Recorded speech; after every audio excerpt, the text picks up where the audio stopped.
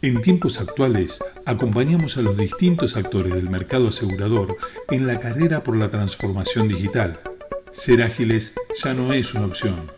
En la era digital, la velocidad de comercialización y el acceso global a productos y servicios son fundamentales para mantenerse por delante de la competencia y ofrecer una excelente experiencia al cliente. Smartix es una plataforma para crear experiencias únicas para los clientes, basadas en el producto y el canal de distribución, y se integra a la perfección con los sistemas internos y externos dentro de la empresa. Smartix permite a las empresas superar los desafíos de la industria y centrarse en la transformación.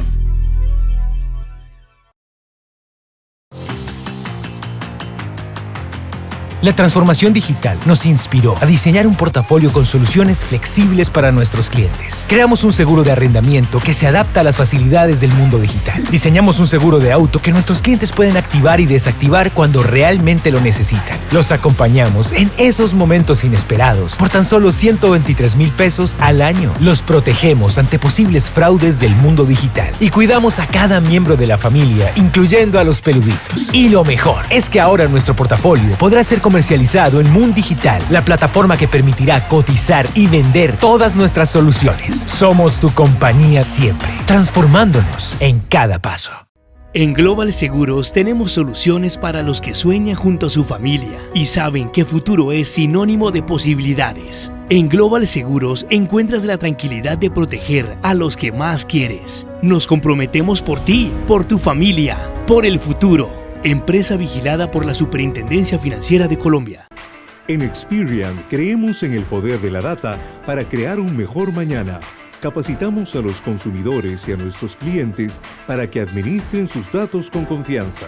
Ayudamos a las personas a tomar el control de su comportamiento financiero y a acceder a los servicios financieros. Ayudamos a identificar y transformar las oportunidades de nuestros clientes en negocios sostenibles. Potenciamos oportunidades y creamos juntos un mejor mañana.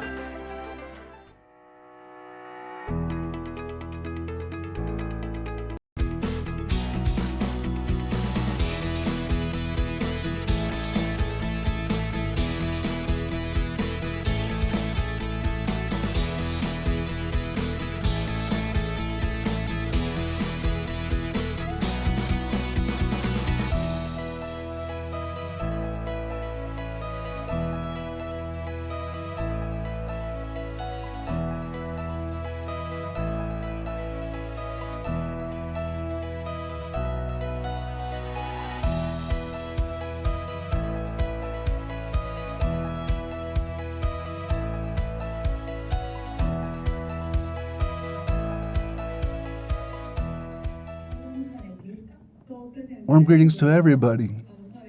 All panel members, I see them face to face, and I'm the only one virtually on this occasion, but I think we can have an interesting discussion about the challenges that the leaders and the insurance sector has about the fourth industrial revolution and human resources.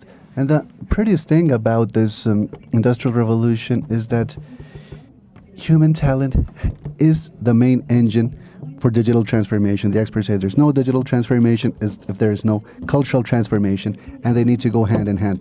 I don't know if hand in hand, or first the cultural transformation needs to take place before the digital one. And then we have to reflect on about what is coming for us, where the most successful orgs will be the most humane ones.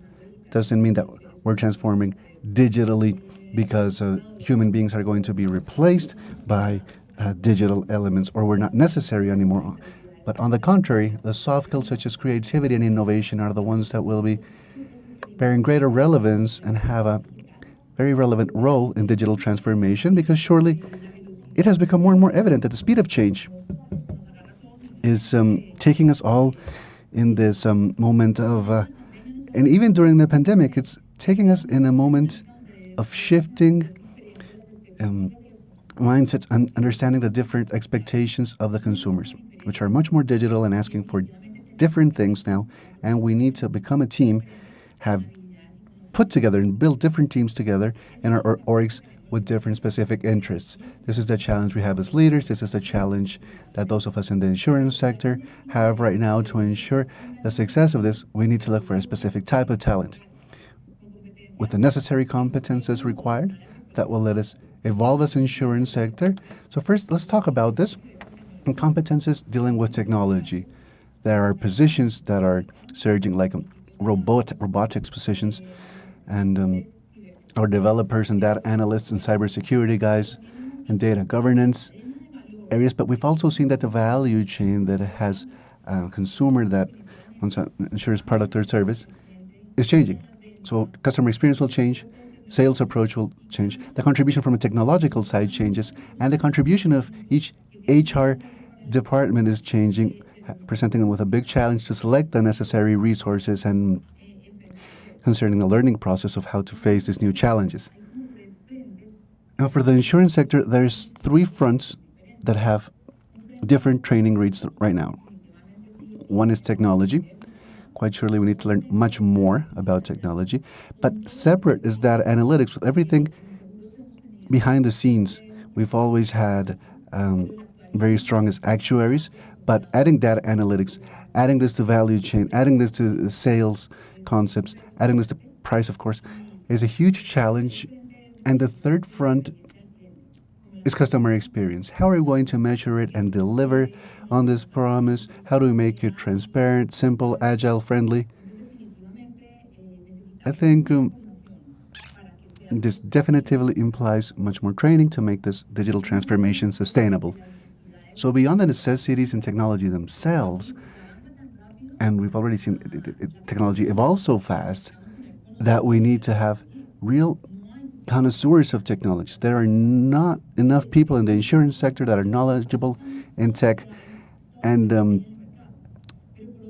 very rarely do they know about the whole offer of technology that's available in the market. And we need that all of us that will be involved in digital transformation, from the high management all the way down, we need to understand how to think, how to act, and how to prosper in this digital era, so in such a way that knowledge in technology and soft skills helps us make this changes sustainable, because priorities will change more and more often than they are now. So this is where technology comes together with soft skills, and this is where those soft skills need to favor adaptability and innovation, creativity, problem resolution, holistic or integral mentality, in group collaboration, network approach, and work. A whole leadership model based on these technologies, where it's super important to have emotional intelligence and communication skills.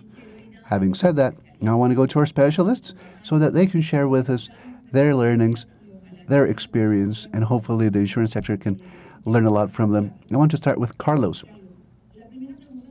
First question for you, Carlos, and it might sound obvious, but I think it's not that obvious after those of us dealing with this digital transformation. And that's to understand, what is the role of human talent in the opportunities that the 4th industrial revolution is bringing us? Thank you so much, Marta Lucía, and the other panelists, and Fasecolda, for having me today. I think digital transformation is the order of the day now, and thinking how to adapt our human resources. And Marta, I think you give a great opening statement, because in everything you mention, you see talent embedded in everything.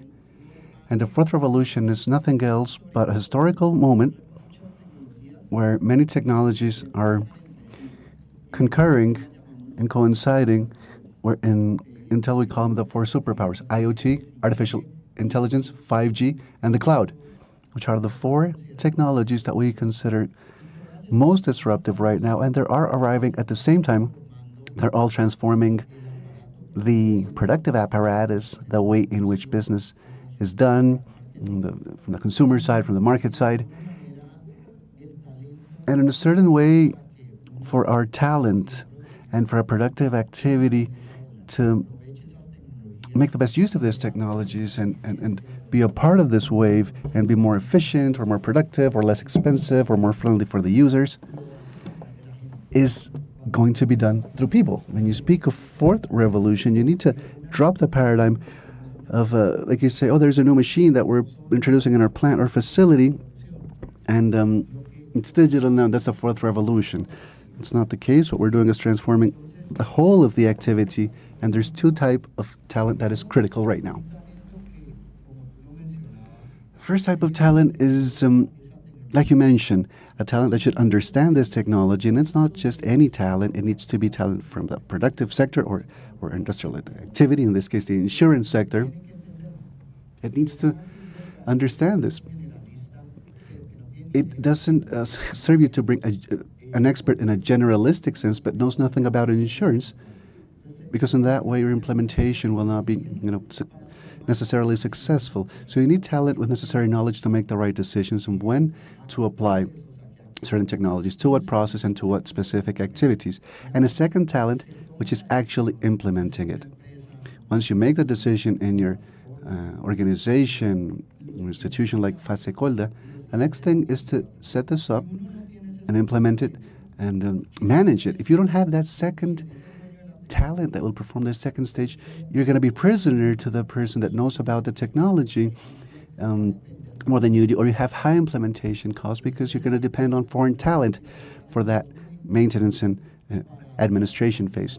So you need these two types of talent to round off, and very linked to what you mentioned, Marta, Lucía. You never mentioned doctors or engineers, because this is not about new professions or positions even. There's been so many studies about saying so many thousands of jobs are being destroyed, and then these new positions or academic programs is what's necessary.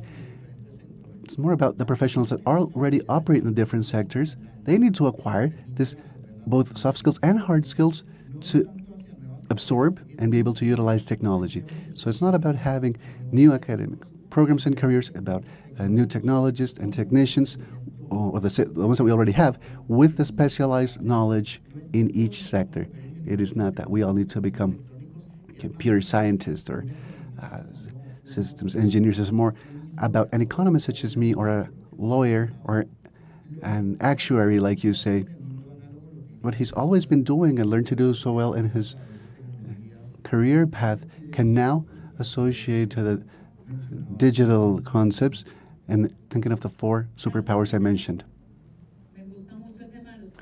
Thank you, Carlos. I really enjoyed that, of the four superpowers and the talents we need to evolve, especially losing fear when facing digital transformation, and understanding it's not about firing a lot of people and replacing them by digital elements or digital positions. Now, I want to move to Ximena.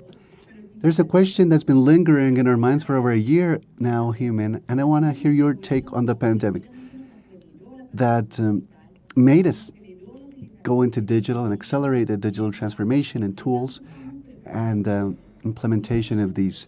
But how well prepared are we, not just technology-wise, but also emotionally, so that psychologically a transformation also needs to take place, I believe. How well prepared are we, and how much has the pandemic affected this transformation, and how much has it affected us psychologically?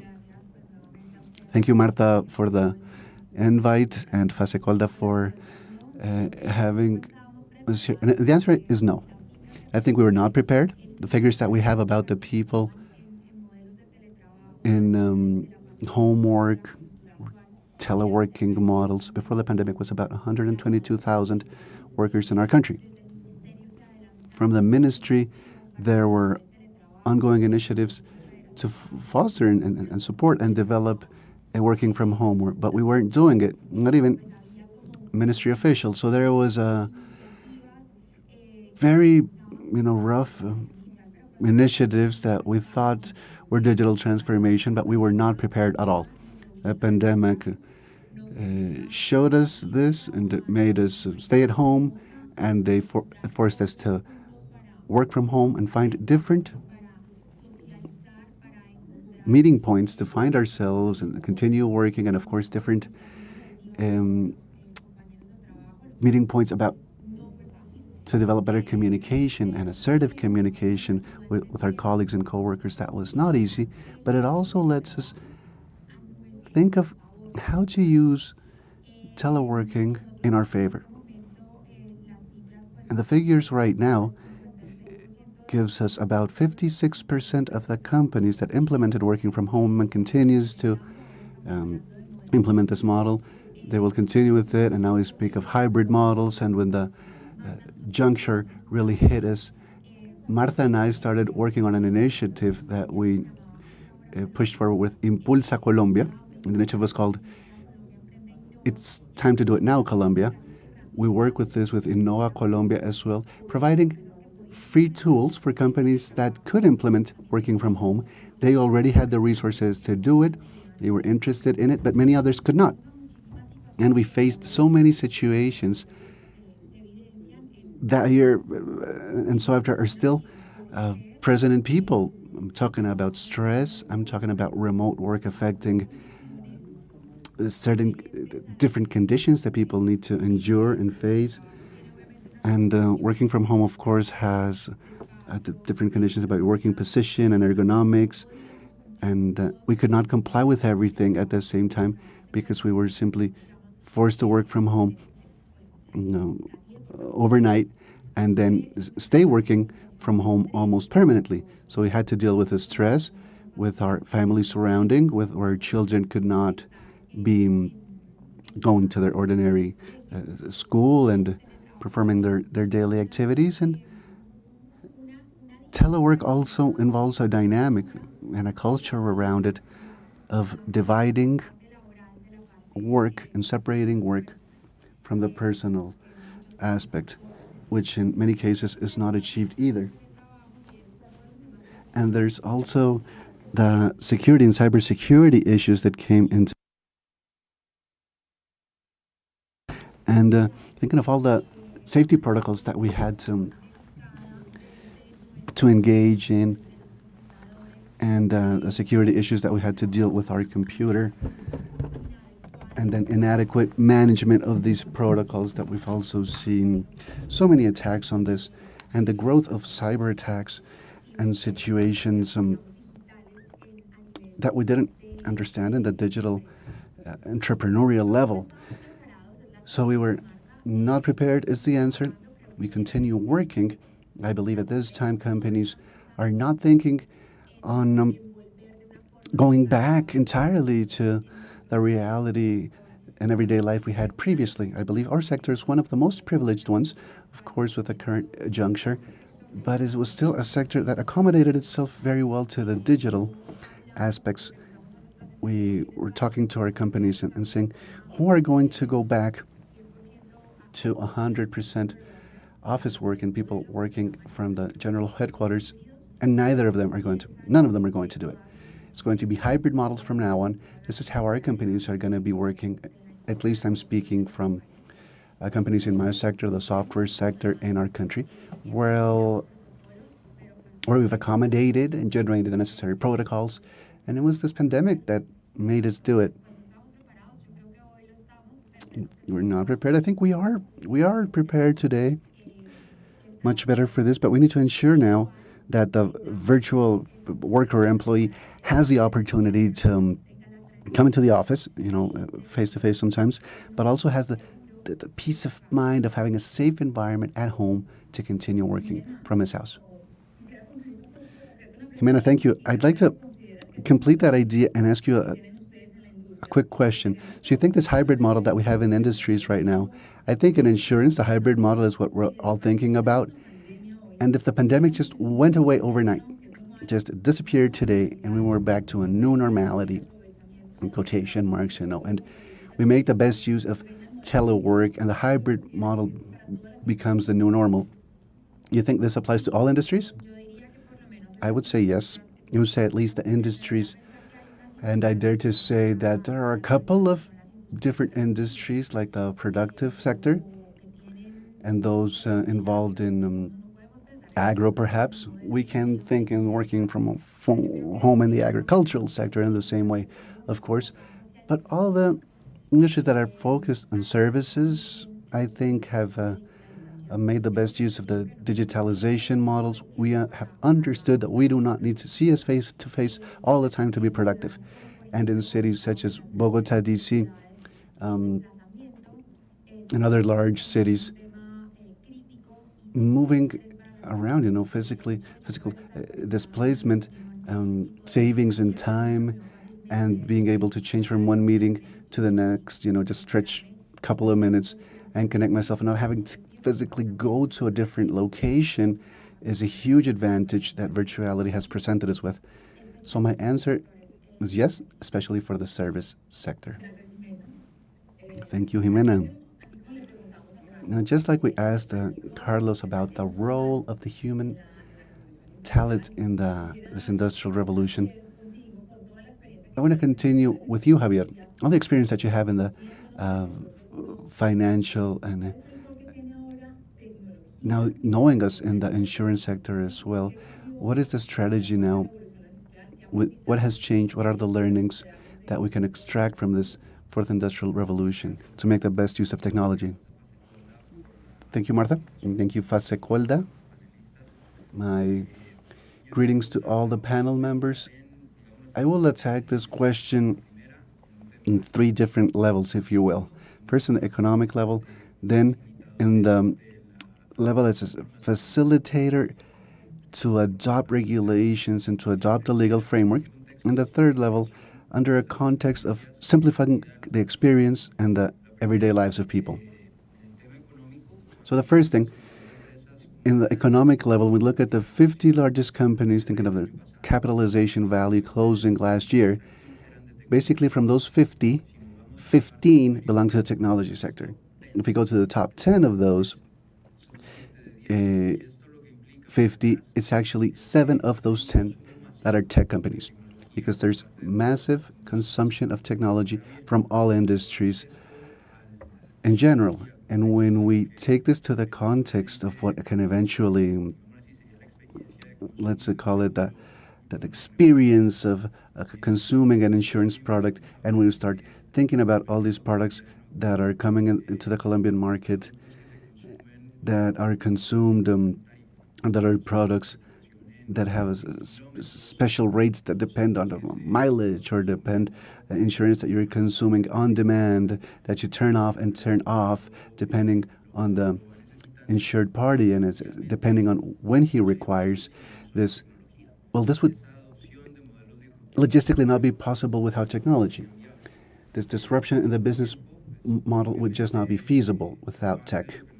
And a part of what's starting to come out of this pandemic in an accelerated ways taking place is this necessity of combining the traditional channels, in the case of insurance companies, with these digital channels that are no longer limited to an application or a web response limitation.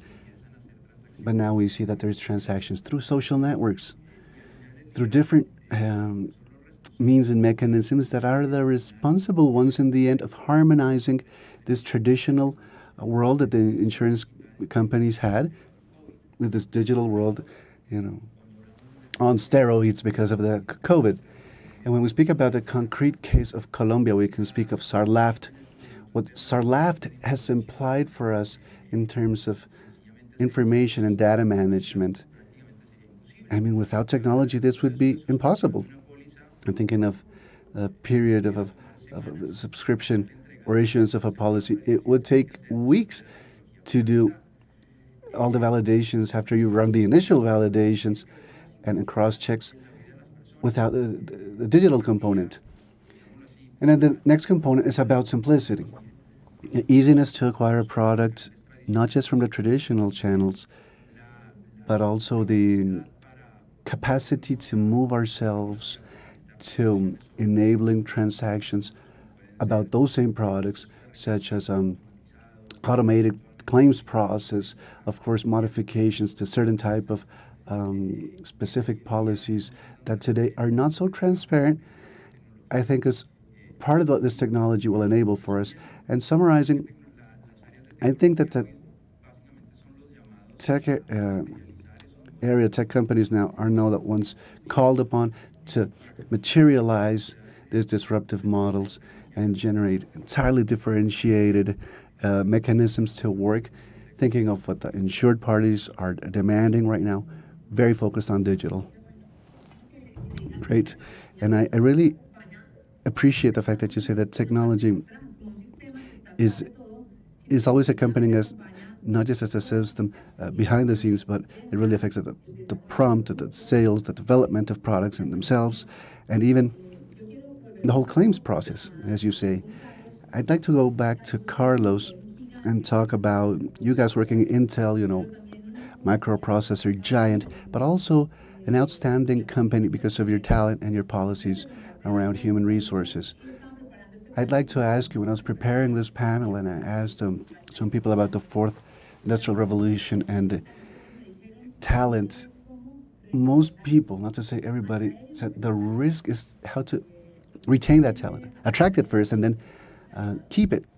Not just attract the right talent with the right capabilities, but then have them not leave and stay here. I think all of our companies have suffered great talent that we acquire and that then leaves us.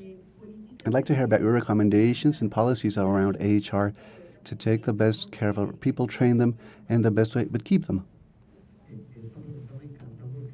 I love that question because it's something that even at a personal level, I think starts changing you a little bit. And since we're in this new world immersed in technology, I would say to a certain extent out of control. With the pandemic, we've talked about a great acceleration and exponential growth, and you can see technological advancements in 2 months that would normally take 2 years. So in that context, I want to think about the double challenge that you say. First, attract the right talent, and then retain it. To lure the right talent, there needs to be an attractive package for this resource. The value proposition with all the transformation now from working from home that Ximena mentioned, when I say package, it's no longer the compensation or monetary component. Because being more flexible, it's valued higher. And there's companies that will not be able to shift to working from home. And it's something not to be able to work from home in the short term, but entirely different. Try to make the necessary adaptations to be able to do it. Otherwise, you're going to be less attractive for employees that want to work from home. So flexibility is very important right now to attract talent. And the third thing is just to complement what we've already said. If we have people that already need to have certain vocation and understanding of technology, since the moment of attracting them, we need to also include the soft skills that are necessary. If previously our recruiters and human resource department focused a lot in only knowledge and hard skills, that mentality needs to change. We need to change that paradigm. And what I'm seeing, and Intel is not the only one from the tech leaders around the world that is doing this. I think I know quite a lot about it. Idea of attracting talent and the policies. Very little concern for their academic background of new people being onboarded, but looking at other skills instead. That's as far as attracting. But now for the more expensive side of it, which is retaining that talent. And it's not entirely separate. It's not separate at all. And until there's a big bet on diversity, and it's not a bet because of social responsibility. It's because of the conviction that diversity brings with it innovation and creativity alongside. And that's a fundamental component in a world that's changing so quickly. It is impossible that you can think that you're going to find some talent, but a few people are the geniuses that will invent everything. Innovation comes from the company as a whole, and if that entirety of your company is not diverse, you're going to be very good implementing some technologies, but very bad implementing others. And have diverse of origins and races and trends or philosophical, economic, and political ideologies. So from the moment of attracting your talent and then retaining it, employee always feels better if he's working in a diverse environment. And I want to close this by saying that another important policy, and if we're going to be adopting technologies that are disruptive, that require complex implementations, we will fail. And when we fail, we need to develop a tolerance for fail and for experimenting and for trying new things. And I remember in Intel, there was a policy that was called fail better. And what that consisted in was in letting people know that when they fail, we need to communicate it, first of all. Otherwise, we won't realize that we're failing. Secondly, failing is not necessarily wrong. Actually, and the third point is failing is good if later on you can overcome this failure. And this happens to chip designers. It's failing all the time. Calculations are failing all the time. Recalculate, redesign. But they're used to the fact that all the time they need to fail to finally reach a point where they have a final product that's presentable. And I think we need to interiorize this and disseminate it over the org. This is not about mediocrity or someone that's breaching ethical codes. That's entirely different, and it needs to have a consequence, of course. But thinking of retaining the talent, and whoever wants to keep the people that can call themselves expert in technologies or open to the fourth revolution needs to feel that they're in a place where he can experiment, that it's a diverse environment, that's more productive, and say to himself, well, I think the necessary elements for creativity are in my workplace. And it's not just about attracting talent for the sake of attracting talent. I've had to live in companies that simply say, I need this digital process to take place, so I need data scientists, period. Let's open up a process and contract 5 of those. And they don't have the project for those 5 people to work in. Those 5 guys, all of them will leave you within 6 months.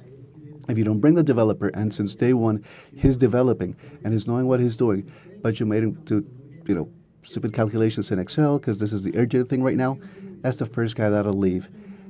So understanding this process, if the company's already engaging in digital transformation, they will require this talent, and that the talent that comes in understands it's a reality. They are needed. It's not a marketing tool. Otherwise, they'll leave elsewhere. Okay, thanks a lot, Carlos. And I think it's totally true. And some of us leaders fail when we hire the talent and we don't know exactly what to make them do, and not keeping them busy. They can lose interest, as you say. And diversity that you're mentioning, that generates innovation and creativity, I think is a good take. And now I want to ask Ximena and share something from the insurance sector. Those of us that are in love with the insurance sector, that think it's spectacular, and the data and the figures and the numbers that we have are great to do whatever we want. And we think it's very attractive. But when we run surveys about how we're perceived outside, they say we're traditional, unattractive, and people that know more about technology and the evolution that's taking place going to work in tech companies or software companies, and very rarely in insurance companies. This is why, Ximena, I wanted to ask you, in your experience in attracting and retaining talent, but then how do you see us, or what are your recommendations, and what can we learn from your experience about human talent? Because some of us are in love of the insurance sector, but the perception that people on the outside have from us, I think we need to close that gap and generate a very nice breeding pool for human talent. Well, I'll say that for us, talent is everything.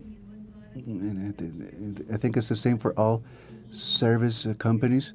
Nothing can happen without your human resource, and that talent, like Carlos says, needs to be diverse, well-trained, and always oriented towards the customer's needs. For us, HR is so important that within the Federation we have a strategic area called TI Talent. Through this area, we've identified a gap that exists in our sector, even a gap that we've measured of about 70,000 TI talents that are required for this year. But with this digital, spike that we've had right now, this talent is now 150,000, adding many additional sectors in our country. And once again, there can be specific needs about this talent, for sure, of a base technological knowledge, but we're not speaking only of a computer scientist or someone that's a good programmer. But about the case you mentioned, like the economist that knows about digital transformation, a lawyer or another professional that knows about digital transformation and where technology is so important to involve everybody. So we've generated 3 strategies from the Federation. It's really 9 strategies, but we've concentrated on 3 topics: quantity, quality, and pertinence. And for those strategies, we have short, middle, and long-term strategies, because once again, what we need to seek is to close the gap. When I say quantity, which is the most important right now, thinking of the number of people that study these type of career programs is going down. It has been interesting to see that, but it's come to lowering or come to a stalemate, gone flat on the curve.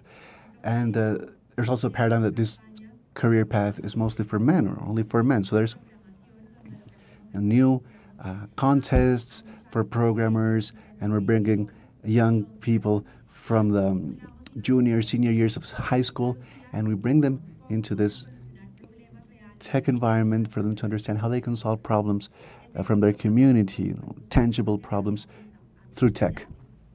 So this program is betting on quantity in the long term. We're not going to see more and more professionals overnight. We do know that we need to plant the seed and continue speaking about the importance that technology has in professional training and education, and how we see technology as an opportunity for life paths and closing this gap. And we've also articulated with the government an initiative like ICT, or Information and Communication Technologies 2022 program, to generate 100,000 IT talents. And like I say, not only of tech people that went to technology programs to start with, but from other careers that want to have this digital education, thinking of better employability also. And when we speak of quality and this, thinking of pertinence and of training in that last mile, call it last mile training, where we work with entrepreneurs. I think, Carlos, you also mentioned that this is everybody's task. It's not just about a government working from the policy standpoint and the Ministry of Education trying to implement some things, but all the other guilds and companies need to work on this, so that we have the right seeds to get the right talent and have the best breeding pools, if you will. And then when we talk about attracting human talent and retaining it, we need to try to generate the best spaces and venues for entrepreneurs to tell us how this changed their lives. And this is an entrepreneurial sector right now in our country of 9,200 entrepreneurs. But the big companies were entrepreneurs at a given point as well. So we need to, and we'll continue to generate these spaces where entrepreneurs will motivate this kids or young talent that see technology as an opportunity and show success cases. The task is not easy, and like Carlos said, every day we're facing a sector that is high in the competition for talent and trying to win that talent over, and we need to become more attractive, and we try and continuously do this and do the surveys about the training necessities for professionals and what are the skills that are mostly required, soft skills, of course, and technical skills, and what the companies are asking for. But on the other hand, we're generating programs to understand what are the standards for a package, like you were saying, let's say international contracting package, to be able to bring the standards in and be a part of this. So I think that you, as insurance sector, just like you say, you're an interesting sector, and you need to make that more visible. You just need to show that outwards to the talent that should be interested in your sector. And now, when we talk about how technology can help us innovate and generate a disruptive model in a sector that's so regulated. I think also the regulation needs to be worked around so that you can open some broader spaces from innovation and creativity where technology is much more relevant. But I think this is very well understood. We have this mapped out from the Federation and to work with our companies. Thank you. Ximena, thanks a lot. And it's true that the insurance sector is very attractive. I think we need to sell ourselves much better and inform ourselves a bit more. Maybe we're a little scared about failing, like Carlos said, because we're regulated, because in those moments of truth when you're launching technologies and you're expecting results, like you say, you actually should always fail. And that's not necessarily negative. And I want to invite everybody right now to make use of our panel members, to put your questions in the chat or in the platform. I have a couple more questions, but I'd like you as audience to interact with our panel members. And we have great experience here, and we can have a Q&A session in a minute. Before that, I want to talk with Javier that has over 20 years experience in technology, and Javier has told me he's dedicated the last 5 years focused on the transformation of customers in the insurance sector and the financial sector. The question is, Javier, how can new technologies help human talent management and in the well-being of employees and collaborators of the insurance sector to favor evolution of the insurance sector? How do you see us as an industry specifically, and what can you recommend, sir? Well, I see two important, messages that we should start with. First, technology is a means to obtain quality of life. And at the end of the day, it's not about saying that it's the final goal or objective. And what technology has generated in general, in the context of the insurance sector as well, is an improvement in the quality of people's lives, sustained productivity growth, a growth in the, let's call it, working positions available. And I would like to say that as a starting point. And if I start taking this technology and start applying it to the insurance business and following that value chain, when I start putting myself in the place of someone that's developing the tariff development and price definition of a specific product, then technologies and the use of analytics, both descriptive analytics as well as predictive analytics, will allow you to generate much more efficient price models, and it will also make the actuary's life easier, all the people behind the construction of these products. And when I move myself to that role and I put myself in the position of a marketing exec whose responsibility is to bring new clients for my insurance company, and the use of technology will allow to improve my acquisition cost for clients, and also be much more relevant in the scenario of or environment of that client, almost reaching him with one-to-one messaging. And when I'm moving myself really through all of the value chain, from endpoint to endpoint, through an agent that eventually needs to answer for commercial quotas and to a certain extent needs to sell products from different sectors within the insurance sector. If I have the necessary tools to work with all lines of insurance, to work with all necessities from my client and be relevant to define the next best offer and the next best service, acting more and more in a consultative way, that's much more attractive. And when I put myself in the shoes of a commercial director that manages a group of agents, perhaps it can be internal or external agents, to have follow-up on sales quotas on real time, I think really enables that decision-making capacity that is so valuable and so important for the business. And if we go to the claims and claim settlements, if I'm automating more processes, or if I have an adjuster that needs to go on the field to perform his work and his appraisal. Let's say from the field, he can send his report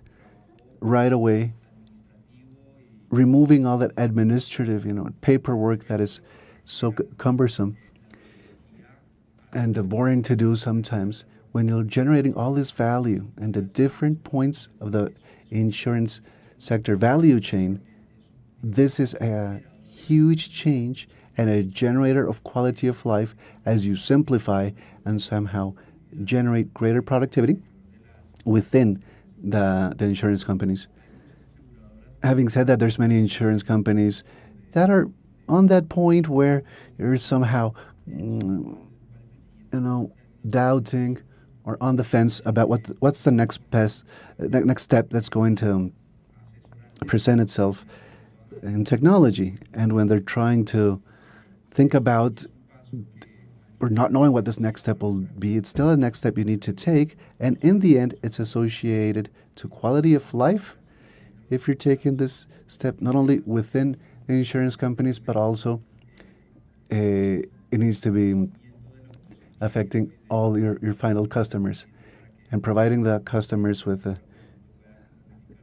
the possibility to modify his policy, acquire a quick travel policy at the moment of boarding a plane if he wants to, or turn on coverage for his home because he's leaving his house alone. All of this is always to improve the quality of life. Okay? Yes, Javier. I think it's so nice to hear your experience with the insurance sector and how you care for the insurance sector and the whole value chain of the sector, and understand that the entrepreneurial sector needs to be closer to us all the time. But it's also true that for insurance companies, it's not easy to know if, like we're going with our cart in the shopping mall, and we don't know what aisle we want to take first or what to buy first, or if we're improving what we bought last time. It's not an easy process, but I think we're getting closer to understanding this, and it's great to hear tech experts to talk about insurance the way you're doing. Now let's go to Carlos.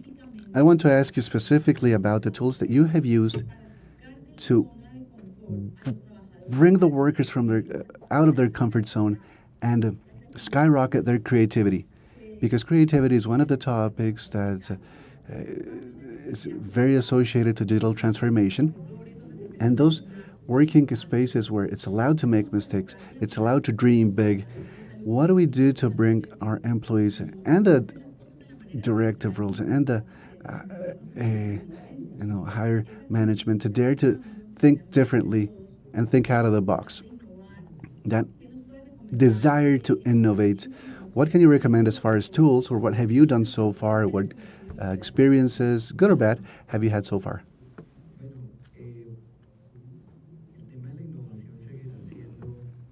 I just believe that innovation will continue to be the holy grail of companies, because companies not only want to be innovative and come into this boom for sure, but never fall asleep and always continue being innovative. And at companies such as Intel, and the press can sometimes, make us perceive that there's innovative phases and then entirely not innovative phases. And what big contribution that Intel has had from Andy Grove, one of its founders, is that only the paranoid one survives. We need to generate that restlessness attitude, thinking that even if it's the best moment of the business, is where you can really lose yourself in your dream, or in the laziness of having achieved your dream, thinking I have this market share already in the short term. I don't think anybody's going to be able to reply and affect me. We need to avoid this and ever being in this position. We need to be continuously restless and have the desire and the drive associated to the goals and a strategy that is always mutating, not because your business is going well, ever saying that you don't need to change at all. And the fourth industrial revolution has showed just that this desire or this restlessness where the change in the reality and the stability is not a permanent reality. And Intel lived so many years from manufacturing microprocessors for personal PCs, and that was 90% of its income. Today it's less than 50% because the other half comes out of making microprocessors for servers, for the cloud, for border computing or IoT, for 5G networks, and that does not take place overnight. That would be a first point that I would highlight, at least from our experience in Intel, for generating this. And the other thing is a culture of interaction, so that when you're interacting too little, and that will be a challenge, Ximena, as you say, why is it that what you feel, and sometimes we can discuss this later with the panel, but the world will continue in the direction of working with a hybrid. The hybrid model appears to generate greater interaction, and maybe that's counterintuitive. Maybe that's not a logic thing to say, right? Working face-to-face would generate greater interactions. But there's been studies that show that the people that less engage with each other are those that work next to next in these cubicle type of office. People that collaborate more between them sometimes are 2 floors apart because I need to make an effort to go and see him. And if I'm looking for this person and finally find them, I need to make an effort to obtain something from this interaction. And what we were talking about before we started here, the panel, this killing of the nonverbal language, the warmth, spontaneous interaction especially. If I just saw someone close to me, I walk three steps to engage with him just because he's close. Can be very good sometimes. But we need to understand that our talent is required regardless of where I am. When I need interaction to take place, I need to be able to look for it, and I would need to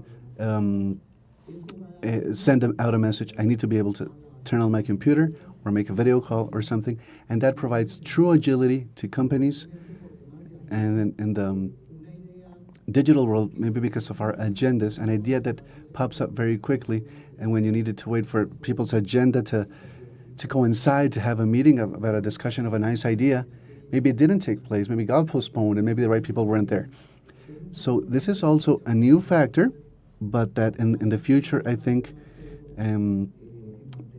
will gain greater and greater importance in terms of innovation and be seen as a more and more positive. And I also say that creation and innovation needs to be measured. I have been in companies where that creation innovation area is like a gaming area. Like there's nothing really coming out of that. Or let them, think of things until finally they might present us with an interesting idea. I don't think that's the way to go. I think the innovation world should have metrics, and because it's a process, and we should meter it and measure it. And like Javier says, if we're not measuring, and with a tool such as important Salesforce, and you're not measuring how someone that made a small change improved the sales cycles and the sales indicators, maybe you're innovating and you're discarding this person or this effort. Or you move in a different direction that you think are good, and you never knew what the final endpoint is this and what you achieved with these. So I think innovation cannot be a stranger to the whole performance and indicator and measuring areas. Even the craziest innovative departments have deadlines, have specific goals. Once again, under this culture to promote that failing is okay, but always showing that we are working for innovation, doing something for innovation, and not just expecting it to pop up. I think that's a huge challenge. What is not measured does not exist, and we need to learn how to measure innovation. Very well. Now, Ximena, you mentioned something I really like, not just for being a woman, but every time we talk about this, very interesting arguments come along, and it's about gender equality and diversity. We saw in Portafolio magazine the Insurance Guild as a leader in gender equality. Over 52 of the insurance sector collaborators are women. How much importance do you put on gender diversity when we talk about technological disruption, what's the role that women are playing in this industrial revolution, in this tech revolution?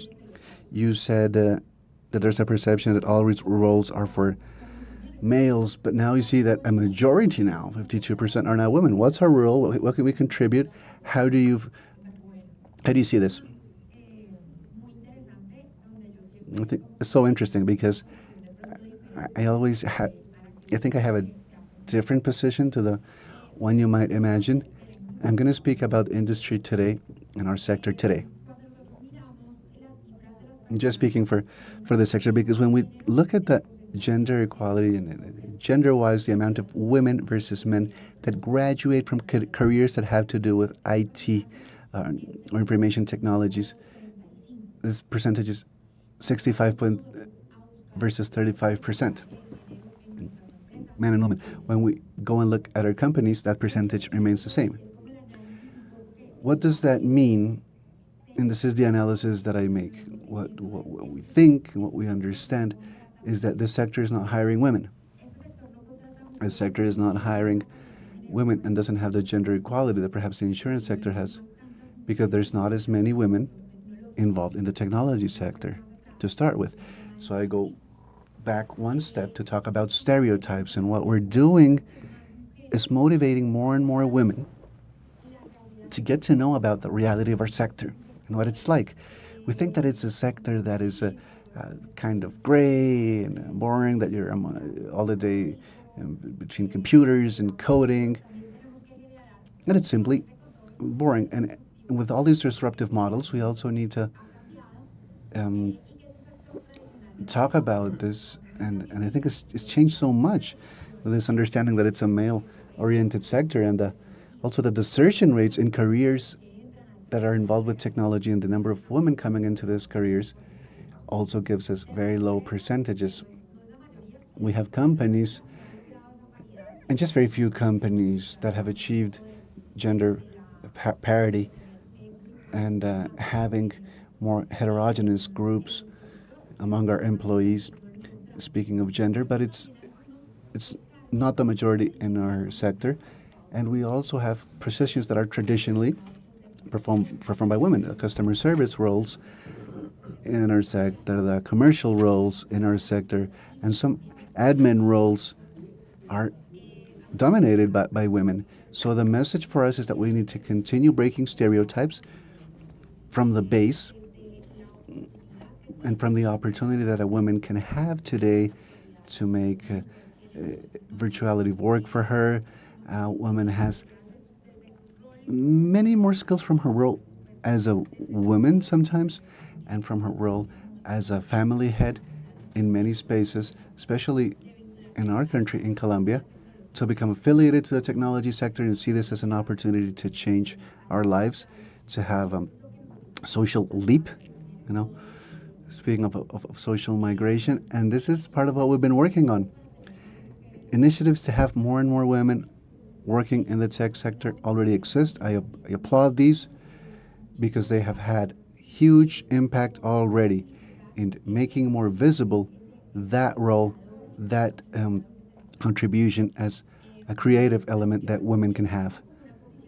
So I always have a position that's a little bit different. It's not that this is a male-oriented sector, but I think we need to start from the baseline to break those stereotypes and conceptions and thoughts that we have about our social roles and what IT is and what it means to participate in its tech sector, and how we can really, through technology, change lives for the better, and we can change the lives of many women in our country.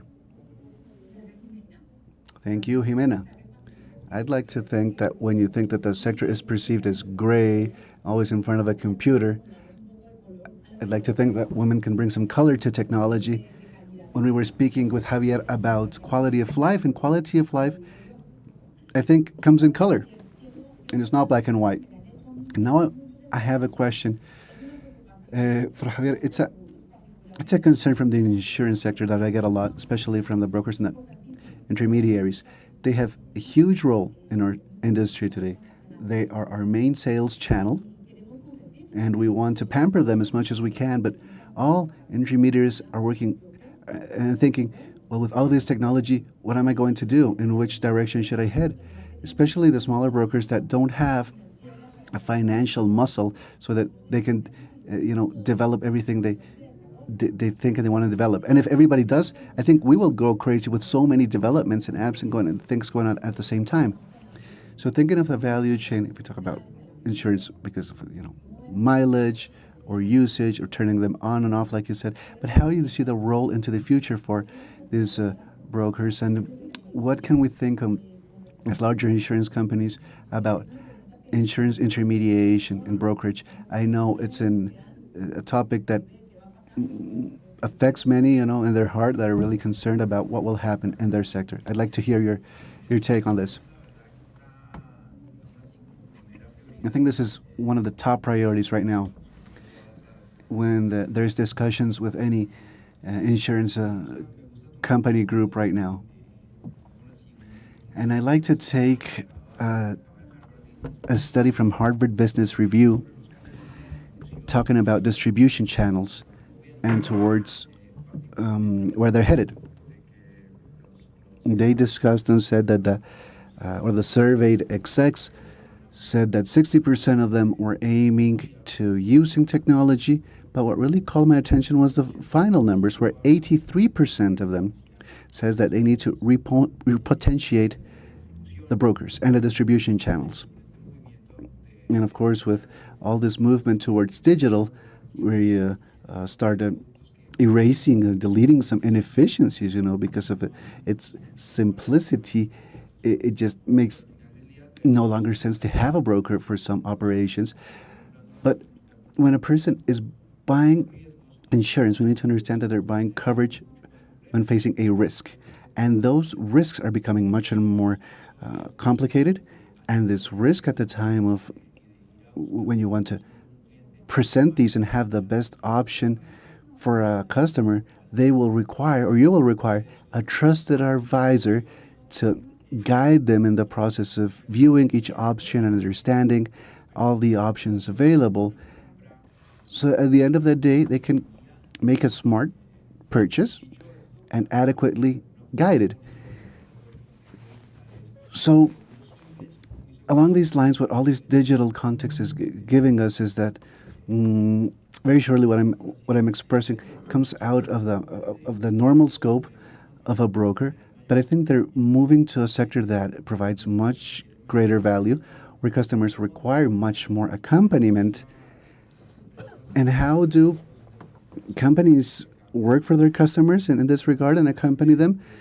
We can speak of companies that have extended capabilities for not only issuance but quoting for internal and external agents at very high volumes in countries like the U.S., with companies working with 14,000 agents to work on their platforms now, with 80 products for life insurance and health insurance at the same time.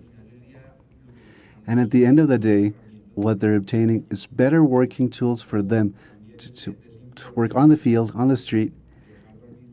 And in this Harvard Business Review article, there's a reference to a text by Santiago Estañón, CEO of Monterrey Insurance, where he said, what I want is that my agents are much more productive, that they're on the street and provide them with all the tools so that they may generate more value there, let's say in the face of the customer on the field. And I don't want these people to return to the office to have to do a lot of paperwork.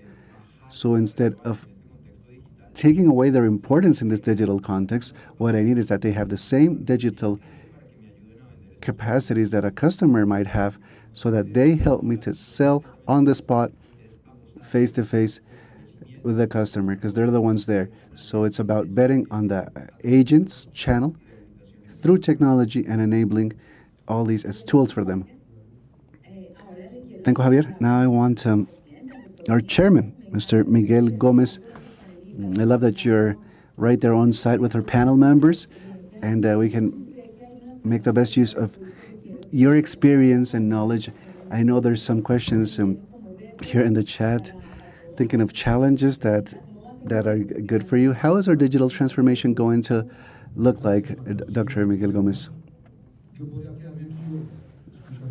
The truth, Marta Lucía, is I could just sit here listening to you for hours. It's been very interesting. And I've been taking notes like a kid at school. And thank you, really, because sharing all this information and this experience is a very positive experience. There are some questions, and I know it's on different topics, but I want you to be very short in your answers so we can do some of these, because there's so many.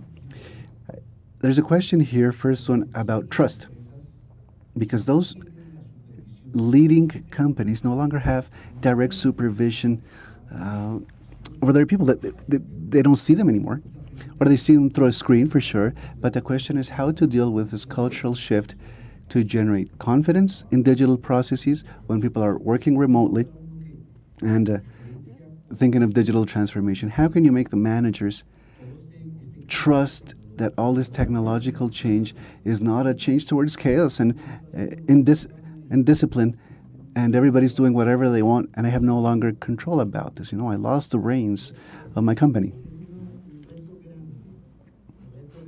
Yeah, that is a challenge. I need to say for this one, and technology, as you anticipate with your question, technology comes with lower trust embedded in it almost, thinking that you have less control, and there's several ways to work around this. First, this is the moment of recruitment. You need to seek people that are hands-on, people that will not only say, I only follow orders, and if you don't give me the right guidance, then I can't work well. And you perceive this as recruitment, and you can become used to a labor force that works with self-control, understands self-control much better. And I think technology really works well with the self-control elements. I don't need to have a supervisor overseeing you 24/7, but if you're working remotely, you have certain responsibilities. You're the one that needs to report if you were there or not, if you complied with certain things or not. And I think this provides a message of we will be measuring you, but you're going to be part of that process. And instead of using technology as an intrusive element to watch over you all the time, it's about you being able to verify that you are doing everything you were supposed to. I think that's very important for trust. Trust without digital security is not possible. Everything needs to be digitally safe. I give the few data that I provide to Intel with peace of mind. I know they have privacy and data management policies that are very clear. Every time we're getting test messages, trying to make me know if I'm capable of detecting if there's phishing going on or not. So this, I think, technologies go hand in hand with the trust element. And also, Javier, you mentioned that technology is coming to reinforce what I was already doing. And we should not see this as replacing everything that I was already doing. I also need to generate a trust environment for technology so that people experiment with technology. I need to make them feel loose. If they're always tied to very restrictive processes, this is going to generate much more resistance to change.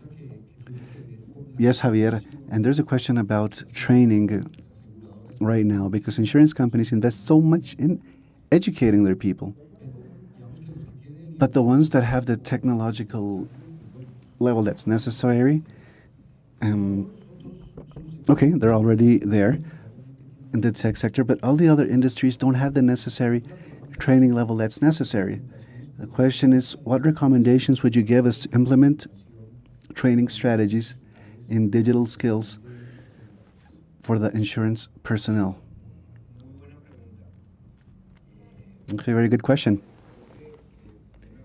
Good question. And I think we started discussing this, and I said, I don't think technology will be the end of it, or the final goal, but the means of generating this process and these experiences. And what is implicit in this technology enabling process is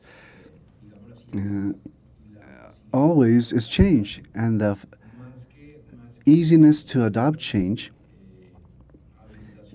and the let's call it the enabling of skills around technology would be something that has to do with change management and with the possibility to adopt new technologies.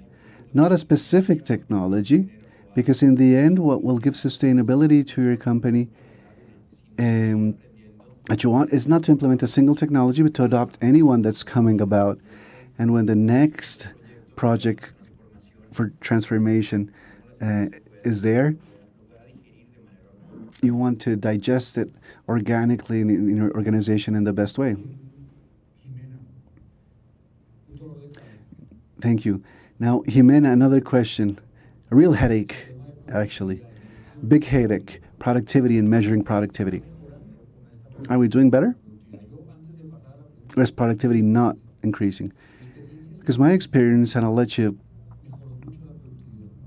give you my opinion, initially productivity really improved. We went totally virtual. People, between the novelty of this, not losing time, grabbing a car or a bus and spending more time with their family, people felt this was a challenge, but interesting. And we engaged in this transition really with greater difficulty. The truth is that from one day to the next, we were just working from home, and we could continue operating, more or less, right? Continue with our operations, and as time goes by, I evidence a certain fatigue, a certain tiredness. I think routine has settled in now, and virtuality now became routine. So the question we're getting is, how do you think this dynamic of homework, how has it affected organizations? Good question. I think I will join to your comment in saying that the novelty of working from home was a big impact, and I'm talking about a positive impact for productivity in many sectors when this got started, especially in administrative departments, right? If we look in general in many industrial sectors. But productivity, and the way I see this, similar to Carlos, is how to motivate and how to generate the trust in people. Even if he's sitting there in his house, he or she has a task within the organization. You have indicators that need to be complied with, and we cannot lose this in our organizational structure. I think this is one of the ways to measure productivity for sure. However, we still were not prepared for a remote work model. People had to, or the organizations had to, get on this bus of working with a model we don't understand, and we didn't know the reality of all of our workforce or collaborators either. And not knowing their reality will impact you in this situation where people are just fed up with being home all the time, for example. And this will affect the productivity of any sector. If I'm in my home, I'm in a moment of crisis, I don't have a way to separate my work life from my personal life, and that will hit productivity as well. Now we're talking about hybrid models coming in. I think, just like Carlos, that this can improve things for us. This changing of mindset, providing the opportunity for our labor force to have a way of working from home remotely, but also being able to go to your office when I want to take a call or take a meeting, when I don't want to do this from home because I'm, fed up with my personal reality, or when I want to work with my team face to face, I can do it thinking of this productive instance when I'm trying to go and work face to face I'm going to do it with a clear purpose and with a clear goal. I think this can affect, I'm going to say it will affect productivity positively. What we need to develop is good mechanisms for remote work, good indicators to measure work and tasks, and generate models where the employee does not feel saturated or overwhelmed by what he has to do in a day, and balance things out and be able to perform in comfortable spaces, to give it a name. In comfortable spaces is what I wanted to say. Okay, Carlos, now I have another question for you. And it reads, I agree with the benefits that technology brings since communication is agile and efficient, but this also generates unemployment for those over 40 years of age. And me being well over 40 years of age, I sometimes do think and agree with this comment that the train is going very fast, and for me to stay on this train, it's not easy, especially when you have children that are digital natives. And that gap, I feel it every day. I think we all do that. You're blocked with something, and you call your kid, and he says, no, just take the setting off. And that's it. And did you study, computer science? No. He's a lawyer. But he's like a computer scientist. My daughter studied business administration. They can solve any technology issue. It's like they have this embedded in them. And are we not leaving a lot of valuable people that are being cornered by technology or overwhelmed by it? I don't know if it's a painful question, but I think it's a valid question. Well, I think pushing technology aside, the labor world, and it's a global issue. It's considered as one of the challenges for sustainable development goals, because in the two extremes of the labor market, the younger people that are just coming into the labor market and those that are on the other endpoint finishing their work activity, they're the most vulnerable within the whole spectrum, both groups. Now, about technology, and your intuition is correct, it will affect those segments that, because of whatever reason, which in this case could be age, or being of a greater age, perhaps could be more apprehensive towards change. Maybe this person has a good capacity to understand many technological shifts, but maybe he lived many technological transitions during his life that were much slower, that let you learn about each technology that was coming in. Now, the way the world is working, and when they asked Javier about training and how does training and education work, well, companies need to be able to generate training programs that can be understood by anybody. It cannot be excluding. We talked about inclusiveness. It's not about gender or race. It's also about age groups. A company can be excluding and being exclusive with people over 40 because it's centering all its training efforts in people that you assume are super techies. And you need to be aware of this. If you don't do it, you're going to exclude them. They're going to start feeling bad. And the first step for you to come closer to unemployment is starting to think for yourself that you're no longer capable and do things properly. So training is critical. Inclusion is critical. The correct language is critical. And orgs also need to begin by being a more prepared org to embrace digital transformation, yes, but at the same time prevent this inequality is a flexible org. If I am a totally horizontal, flat org, that it doesn't matter if you're from sales, but now from the sales guys, I'm asking them to handle a lot of tech, but in analysis department, we're not doing that transition right now. And if this person has those skills, and I can move him to an area that is much slower so that he can learn about each technology at a slower pace. I think we need to give people the tools, make their lives easier as well. And when we talk about retention of our staff, this is totally key when we think about the companies that are making the best use of the pandemic for their employees to love them, including people over 40, are those that will achieve the greatest rates of retention.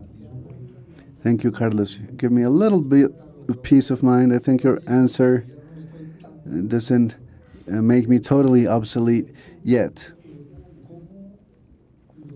Also, Javier, now, I ask you, how can we make going back to a more normal environment to work does not make us lose the positive things that we've gained? If we go back to more and more normal, when someone says that, let's forget about this that we were doing, this was temporary, we can go back to the office now, let's go back to all the hard copies of printed copies of everything and speaking over the phone. Great question, because I believe that many of the things that have become almost a truth that you cannot no longer contradict is that this reality came to stay, and it's not going to go away, not only in the insurance sector, but so many things can be solved through a mobile device, regardless of where the person is located. I think this is always aiming towards quality of life. And what we gained during this negative context of COVID is that people were able to, and people tried to find the way not just to keep job positions alive, but also generating quality of life. I think it's not a trend and something that will go away. I believe what we can expect from now on and think we are going to see is that this change, even under the new normal, is going to continue, and is going to continue in an accelerated fashion. And all this is reinforced by all the numbers and figures beside Insurtech. Since we're from 2016 to 2020, they basically had $19 billion in investment, let's call it in the Insurtech sector. In 2020, Q1 and Q2, where the pandemic hit us the hardest, it flattened out. But still, during the last 4 years, the sector as an industry has shown growth of 38% compound year after year. So it's an industry sector that is close to what, in terms of companies, is hyper growth, right? Almost 40%. And we don't see this dynamic changing at all. What we are effectively seeing is that it's not just the pure insurtechs that are betting on transformation, but also the insurance companies are becoming part of MGAs and are going into business models that are disruptive and innovative, betting on these changes. There's also players that are coming to play in the insurance sector that were never there. In case of retailers that become insurance companies, in the case of car manufacturer assembly companies that come into business with insurance companies to focus on telematics products and have much simpler products and services. So what we see is huge investments catapulted, like turning on a switch and everybody going into digital transformation. We don't see us going back. Okay, Ximena, now to round off our discussion, and we have 354 people connected right now. I think it's a lot of people for a debate of this level, and thank you everybody for remaining with us. And this is a macro question that I present you with, a digital gap. You've heard this term, digital gap, and there's people that are in the urban areas that are young people going into digital, transforming themselves through digital, and some people are not.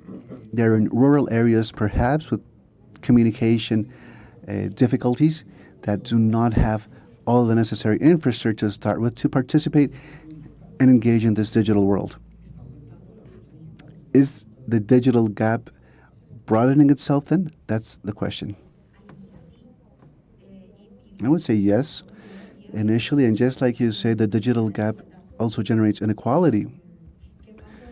Truly, and what happened during the pandemic, and I think this helped us to close the gap, was the participation of the financial sector at that precise moment where the government was trying to providing all these assistance and aid and these packages to help people. That was done through the financial sector. And this obligated to a certain level that the people that were looking for these assistance leveraged themselves with technology to be able to do it. And then you actually close that digital gap in that regard. In all these faraway places and remote locations in our country, because we have a very broken geography, have a mountain range that splits into 3 mountain ranges and splits all our infrastructure in our country, but we need to connect ourselves. We need to, I spoke with Asobancaria a while ago saying that I need us to be interconnected. I need us to assure this last mile of connectivity to close that gap. And if we can realize that, the gap will be smaller and the gap will be closing itself, I will say exponentially, because we will simply just get used to digital. And digital education wasn't seen as something normal. Arriving with e-health solutions, for example, and reaching remote areas with e-health platforms, I think was a strange idea that now is totally natural and preferable sometimes. So if we ensure the infrastructure and the devices necessary, and then what technology is going to be used for, which I think we're understanding better and better. There is a great digital gap, but we can generate schemes and mechanisms to close it. And we can make this exponentially better when closing the digital gap. That is a big factor of inequality that we need to tend to at a country level and a LATAM level as well. Great, thank you. I think we're almost running out of time, I would say. Madam Chair Lady, I would say I will let you talk about some of the conclusions of this panel that has been so interesting. Thank you, Miguel. I would just like you be so glad to stay chatting and more, because I think all these reflections we can take to our work groups and to our companies. We talked about acquiring and retaining talent. We talked about the culture of creativity and innovation. We talked about tolerance, failing and learning from our failures. We talked about using remote working in our favor and hybrid models. We talked about being a gray sector. We talked about quality, quantity, descriptive and predictive analytics, quality of life, the value chain that we need to, from endpoint to endpoint, capabilities, training. We said that innovation needs to be measured. We talked about trust. We said that these changes are here to stay. We talked about the necessity of bringing down the digital gap, to bring down the social gap behind it and be more interconnected. We talked about people over 40, that we can still keep dreaming, keep creating, but we need to be open to change and innovation. I think it's been delicious, enriching discussions. I want to thank you, Carlos, Ximena, Javier, Miguel. Thank you as well. Thank you for a very pleasant time. I think many discussions will come out of this plenary, and we are enriched by your comments and remarks here today. I wish you very good afternoon or evening. We'll continue to give our best and learn more. Thank you.